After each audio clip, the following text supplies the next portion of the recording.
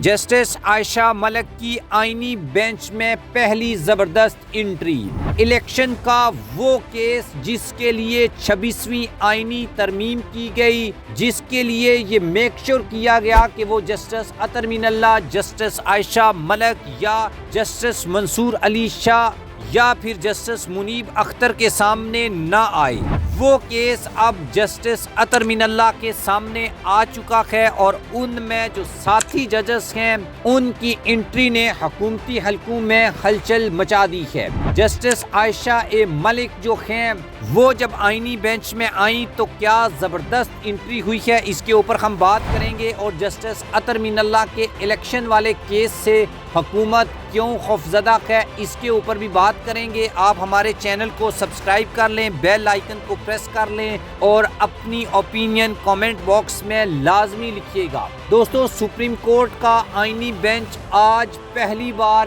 پوری طرح فعال کر دیا گیا ہے، اور ہفتے میں 7 رکنی آئینی بینچ کئی اہم مقدمات کی سماعت کرے گا۔ ویسے تو یہ ایک روٹین کی بات ہے، لیکن جسٹس عائشہ ملک جو ہیں وہ اب اس آئینی بینچ کا حصہ ہوں گی، اور پہلی بار ان کی آئینی بینچ میں زبردست انٹری ہوئی ہے۔ آپ کو معلوم ہے یا نہیں، لیکن جسٹس منصور علی شاہ کے ساتھ جسٹس عائشہ ملک اس ٹیکس والے کیس میں شامل تھیں جب جسٹس منصور نے یہ کہا تھا کہ اگر وہ آئینی بینچ ہے تو کیا ہم غیر آئینی بینچ ہیں، جو جسٹس منصور علی شاہ کے ریمارکس جو ہیں بہت وائرل گئے تھے، اور اب جسٹس عائشہ ملک پہلی بار آئینی بینچ میں بھی آ رہی ہیں۔ اب دیکھتے ہیں کہ وہ کیسے جو ہیں جسٹس منصور علی شاہ کے ریمارکس، اور اس بینچ میں یا اس کیس میں جسٹس عائشہ ملک کے بھی کچھ بڑے زبردست جو ہیں وہ ریمارکس سامنے آئے تھے۔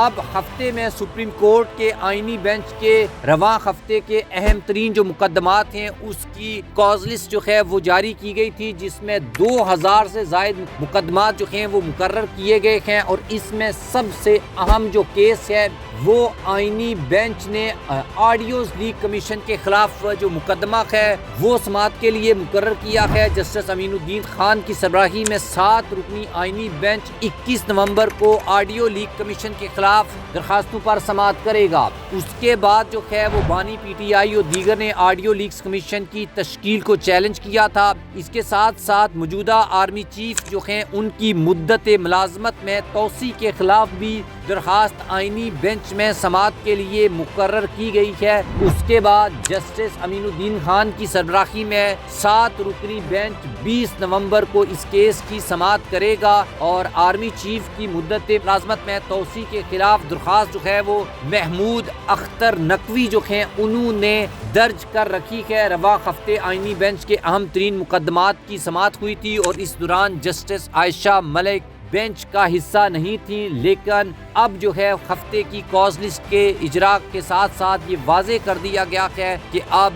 جسٹس عائشہ ملک اس کا حصہ ہوں گی۔ جسٹس عائشہ ملک جو ہیں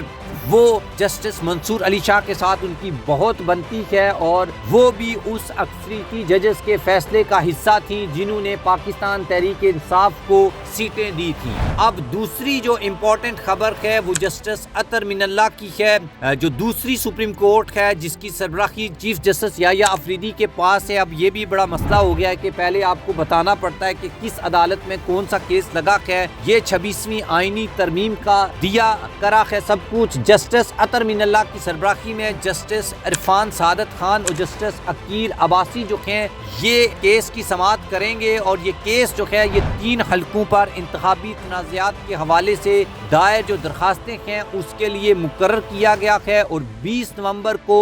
ان تینوں درخواستوں پر سماعت ہوگی۔ ججز کے نام میں نے آپ کو بتا دیے ہیں، اور یہ بلوچستان اسمبلی کے حلقہ پی بی 28 کچھ کے انتخابات ہیں، دوسرا پی بی 44 کوئٹہ سے عبید اللہ نے الیکشن ٹریبونل کے فیصلے کے خلاف اپیل دائر کی ہے، اور بلوچستان اسمبلی کے ہی حلقہ پی بی 45 میں علی محمد جتک جو ہے انہوں نے انتخابی عمل کے حوالے سے ایک اپیل جو ہے وہ دائر کر رکھی ہے۔ اب آپ کو اس بات سے اندازہ ہوگا کہ قاضی فائز عیسیٰ کے جانے کے بعد اب بلوچستان سے الیکشن کے جو دھاندلی کے الزامات ہیں ان کی تحقیقات شروع ہوئی ہیں اور آگے چل کر یہ پنجاب اور اسلام آباد تک جب آئیں گی تو پھر فارم 47 کے اوپر کھڑی حکومت جو ہے یہ لڑکھڑانے لگ جائے گی۔